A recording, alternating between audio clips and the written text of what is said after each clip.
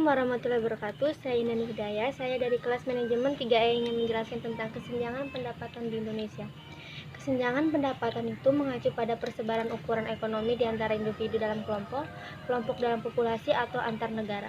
Para ekonom umumnya mengakui 3 ukuran kesenjangan ekonomi, yaitu kekayaan, pendapatan, dan konsumsi. Persoalan kesenjangan ekonomi mencakup kesetaraan ekonomi, kesetaraan pengeluaran, dan kesetaraan kesempatan. Pembangunan ekonomi di berbagai negara bertujuan untuk kesejahteraan masyarakat sehingga masalah kemiskinan dan ketimpangan distribusi pendapatan dapat diatasi.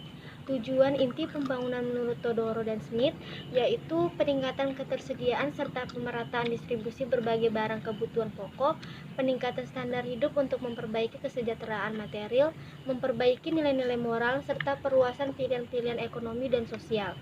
Namun hasil pertumbuhan ekonomi harus dilakukan pemerataan agar tujuan-tujuan tersebut dapat tercapai.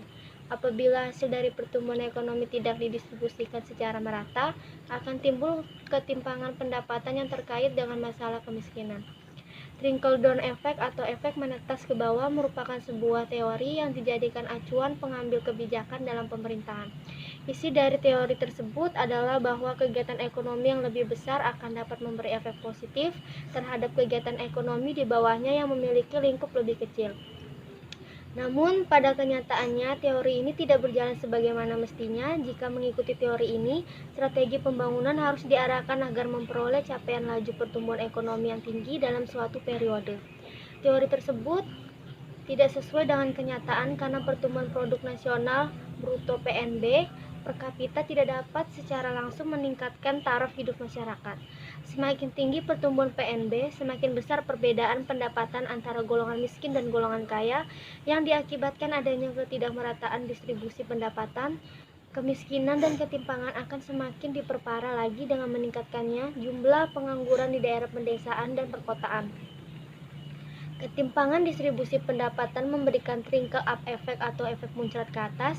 Orang-orang kaya cenderung lebih mendapatkan kemudahan secara ekonomi dan mereka lupa atau tidak berkeinginan untuk membangun perekonomian kecil yang berada di bawahnya.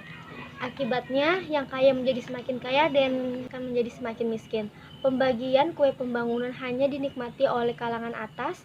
Trickle down effect yang diharapkan dari pertumbuhan ekonomi yang pesat tidak memberikan manfaat bagi orang miskin.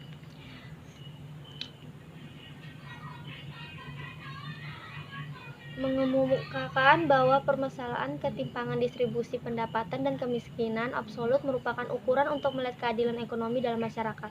Pertumbuhan ekonomi yang tinggi belum dikatakan berhasil untuk menghilangkan atau mengurangi luasnya kemiskinan absolut di negara-negara berkembang.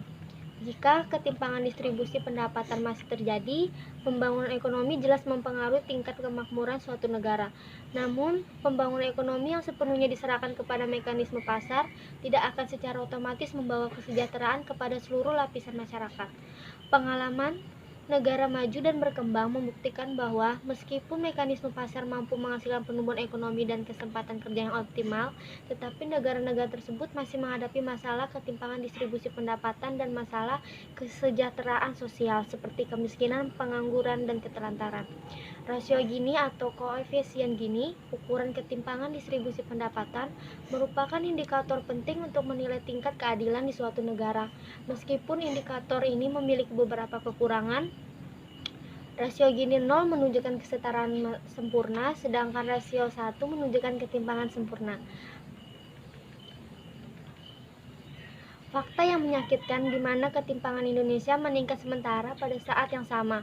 Ekonomi secara keseluruhan berkembang dari ekonomi US dollar 163,8 miliar pada tahun 1999 menjadi ekonomi US dollar 933,0 miliar pada tahun 2016. Sementara Indonesia menjadi anggota G20 dari kelompok ekonomi utama di tahun 2008.